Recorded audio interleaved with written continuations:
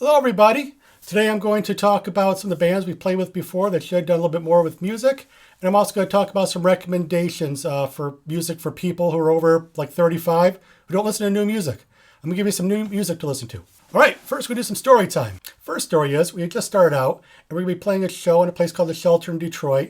It was a Ticketmaster show. It was cool. He actually had like your name on tickets and everything. And we were looking for bands to open for us. And Mike, who was the guy who did that stuff for us, went around and he's like, hey, I found some bands that maybe could open for us. I'm like, oh, that's cool. He's like, oh, I found this one I think would be really great. Their name's Mason Proper. And I thought, okay, that'd be cool. And I went to check them out because I always check out the bands that we'd be playing with, you know, because I want to see what show I'm going to be seeing. I'll be playing one. I'll be seeing one. It's great. I like to see shows. So I go check out Mason Proper, listen to a couple songs, listen to a song especially called Carousel on their album they put out. Called up Mike and I said, Mike, have you heard Mr. Mason Proper? And he goes, yeah. I thought they were pretty good. I'm like, yeah. They're opening for us. It should be the other way around. He's like, oh, that'd be great. So, you know, Mason Proper shows up and nice guys, you know, I meet them all and everything. They go play their show and they go play Carousel and a bunch of other songs on there. And I know at one point during the middle of the show, Dick Darling, the singer, goes over to Mike and goes, what did you do? Because they were amazing.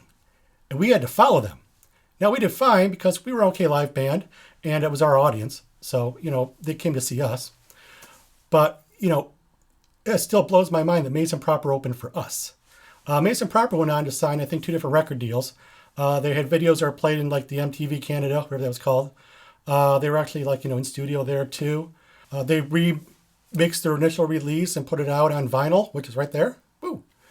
There's a bunch of great songs. Check it out. Definitely check out my favorite song. That's Carousel. After that, at some point, they made a second album, which I can't find on vinyl. So, hey, Mason Proper, someone there is watching this, because I know they broke up. If you have a vinyl copy, you know, call me. I'll buy it. So they made Ollie Oxen Free, which is right there. And Ollie Oxen Free is a very good album. It's a very drum and bass album. There's a song on there called Stop Dragging the Water, which is fantastic. I still listen to that song like once a month. You know, that album's been out for 10 years or something now. So if you want to, check out Mason Proper sometime. You know, they're a band that probably should have done more than they did. I mean, they toured, they played South by Southwest, and, you know, they were on a real record label and everything. And they opened for us, which is nuts. Later on at the Feral Child Project, you know, towards the end of our time there, where we were a much better live band, luckily at that point, we were going to be playing this little club that we play a lot, actually, called Pub 1281. And again, you know, Mike calls me up. And he's like, hey, these are the bands we're looking at, you know, going to be opening for us. I'm like, all right. So I go look them up like I always do. Looked up a band called Bishop's Collar. Again, I call up Mike and go, hey, Mike, have you heard Bishop's Collar? And he's like, yeah, I thought they're pretty good. And again, I'm like, yes. They're opening for us? He's like, yeah. I'm like, okay. So I come play their show, which is amazing. They have these sweet, like, interlocking guitar lines. And, you know, watching them, I'm like, they're going to be huge. And they're opening for us.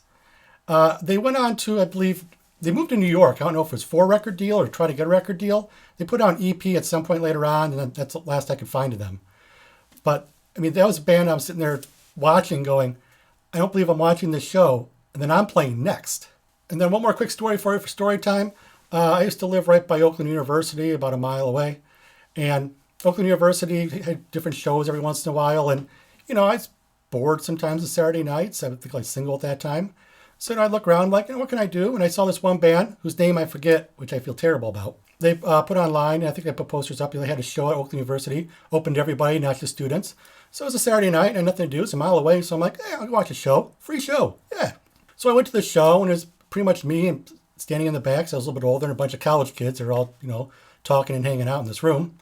And the band goes up, and they start playing. They play their first song, and it's fantastic. And they're done, and like people are like, what? Oh, okay. They play another song. That's fantastic. Again, people are like, Play their third song. Again, fantastic. I'm like, what are these people not seeing? And everybody else is, you know, sitting there going, So I think after about the third song, the singer goes, I see you guys aren't really digging it, so we're just going to play a couple more songs, and that'll be it. And everybody's like, all right, yeah. So I played 3 or 4 more songs, which were all amazing. I mean, it's definitely like emo rock, and I kind of like emo rock. But it was really good emo rock. So they play their songs, they walk off stage. You can tell they're kind of dejected because the crowd was not into it at all. Sometimes you get great crowds, sometimes you get bad crowds. Anybody who's played live knows that. So they walk off the stage, and I go up there, and I see the guys. I'm like, hey, listen, guys, I'm sorry the crowd sucked, but you guys were amazing. And they all smiled, and they shook my hand and everything. And I'm not telling the story to say, hey, look, I did a nice thing, but if people out there don't share the things they like or tell other people about the things they like, those things are going to die. I know nobody watches this, but if you are watching this at this point, if you see like a cool song or something, or if you hear a cool song, or if you see a cool video, just share it on your Facebook or on your Instagram or whatever.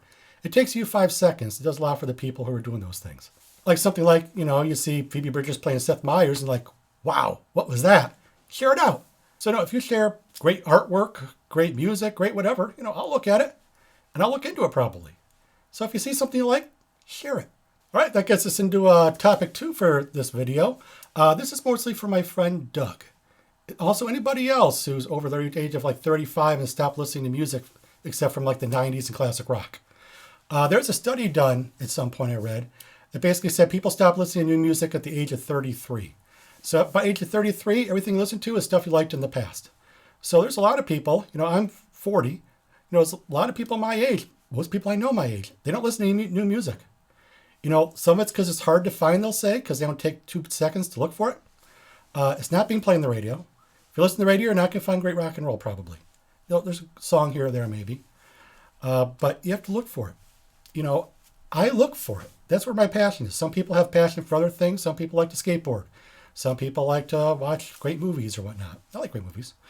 But I actively search out great music. Like, that's where I get my high, finding something great that, like, I've never heard before. So, I read blogs. I look at, record reviews. Every Friday, new music comes out. I go on my Amazon app and, I look to see what music came out and listen to some of it. A lot of it's bad. Some of it's good. You're always not going to find something great every time you look for it. But it's important to look, especially if you're making music. It's nice to know what's out there today. And also, if you're expecting other people to, listen to stuff you're making, if you're a musician, I think maybe you should be listening to music that's coming out today as well. So I'm going to give a primer here for Doug. Anybody else? So first off the bat, I'm going to talk about everything about the wall back here. These are kind of smaller things people maybe not heard of, but we're going to talk about the bigger albums that you should just know. First, Jason Isbell. If you're a songwriter, you have to at least listen to Southeastern once, top to bottom. It's one of the best songwriter albums ever made. Nashville Sounds, another great album, but if you can go with one, definitely go Southeastern. Second, Gaslight Anthem. If you play rock and roll, listen to Gaslight Anthem. 59 Sound, American Slam. They're basically Born to Run 2 and 3. So, Gaslight Anthem, 59 Sound, and American Slang. Top to bottom. All right. Hold Steady. I'm a huge Hold Steady fan. Yes, the singer can't sing, but he's one of the best songwriters out there today. First 3 albums are fantastic. I know every note every single one of those. Boys Girls America is my favorite one of theirs. I did a whole video on the Hold Steady. We did a playlist out there. Put it on Spotify. Nobody's listened to it, but it's out there if you're curious. All right. After that, Frank Turner. I have to mention Frank Turner. Not just because I got an endorsement from him, but because I'm a huge Frank Turner fan. He has an album called Songbook, which is a collection of what he thinks the best songs he wrote. That's a great place to start. Okay, as far as brand new music, Julien Baker just put out her second single for an album coming out at the end of February. She's put out 2 songs so far called Faith Healer and Hardline. They're both fantastic. She's put out 2 acoustic albums so far, which are good. I've been waiting for them to put drums in them and learn that she's a guitar god and play guitar. So definitely listen to those. Check that out at the end of February. It could be a masterpiece. I don't know. I've only heard 2 songs, but it could be a masterpiece. All right, so there's a start there. Also, anything you listen to, please listen to it loudly. I understand that most people listen to music on their cell phone. And let me tell you, as a musician, someone who makes albums, it's very discouraging to know you're going to put a lot of time, effort, and passion into an album that most people are going to listen to quietly on their cell phone. And then probably complain about the lack of bass. So please, these artists put a lot of time and effort in. Turn up a little bit. If you have headphones, use headphones. Or listen in your car. Something. Just not quietly in your cell phone in the corner. Glorious Sons, Young Beauties and Fools. Put that one up there. I put that one up first. They're a Canadian band. You can hear one of the songs on the radio probably right now. It's probably closest to modern rock and what's on the radio if you listen to Riff or any station around here, or K-Rock, wherever you are. It's great, just standard, 4-on-the-floor rock and roll. There's a song on there, the most popular one that, if you know them, is, Sawed Off Shotgun. There's a bunch of great songs on there besides that, though. Everything Is Alright's a great song. Josie's a great song. So definitely check out Glorious Sons. For everything, too, I'll list it all below, so you don't got to take notes or anything. I'll also list the key tracks. So if you listen to 2 key tracks and you don't like it, move on. If you like the 2 key tracks, keep going. And you're not going to like all this stuff. It's great that people have different opinions. That's what makes the world great. But you'll probably like something a lot, and you'll dive deeper in. That's the goal. Some of the stuff you'll be like, I think Mark's crazy. Above me, Frightened Rabbit, Midnight Organ Fight. Oh, that fell down. Above me, Frightened Rabbit, Midnight Organ Fight. That album came out over like 12 years ago now, because I know the singer died around, 1 or 2 years ago now, right after a 10-year anniversary. It's not a very polished album. It's not lo-fi. It's well mixed and everything, but it's definitely a rawer album. It's a breakup album, but it's a masterpiece of a breakup album. Modern Leopard is the first song on there. It's probably the most popular song. It's a great song. I will tell you there's a song there called My Backwards Walk, which is one of the best songs I've ever heard in my life. It sounds like the singer is about to, break apart every single line he sings. And it's beautifully written. There's more emotion in that song than there is in some new artist's entire catalog. So definitely, if you listen to nothing else in this wall, My Backwards Walk by Frightened Rabbit. This is one a lot of people may not like as much. The album Near My God by Foxing. It's definitely something to put on loudly and just kind of get lost into a little bit. The singer I think has a sweet voice, but you can't understand what he's saying a lot of times on there. I will say I saw Foxing live, and they're fantastic. That probably helps my appreciation of the record a little bit. But they went into the studio for this one with Chris Walla, who's made a couple of other great albums. And they made, definitely their best album by far. There's a song in there called Game Shark. If you listen to nothing else, put Game Shark on and turn it up really loudly. It's fantastic. Next, Mason Proper, we talked about them. All right, J. Roddy Walston. You've all heard the song Sweatshops. It's in a very popular commercial. So I watch Austin City Limits. I'm a big fan. I watch pretty much at least part of every episode to see if it's something I like. So I was watching, I think Ben Harper or something, and then I saw J. Roddy Walston coming up next. I've never heard of J. Roddy Walston. So I'm like, I'll check this out. And I'm sitting there. First song comes on. I'm like, who are these guys? Next song comes on. Who are these guys? They get to one point where my wife walks the room, wherever she was, and they play their single off this, which is Heavy Bells. Song's over. My wife goes, who are these guys? I said, I know. Bought the album. The album's fantastic. I mean, if you're complaining about classic rock, 2020, this album came out a couple years ago, but that is classic rock. That could have been made in 1975, and it would still be current then, and it's current now.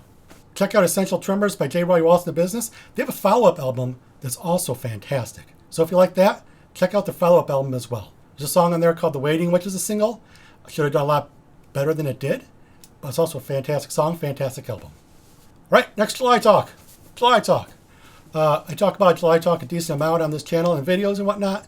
And I will keep talking about July Talk because I love this album.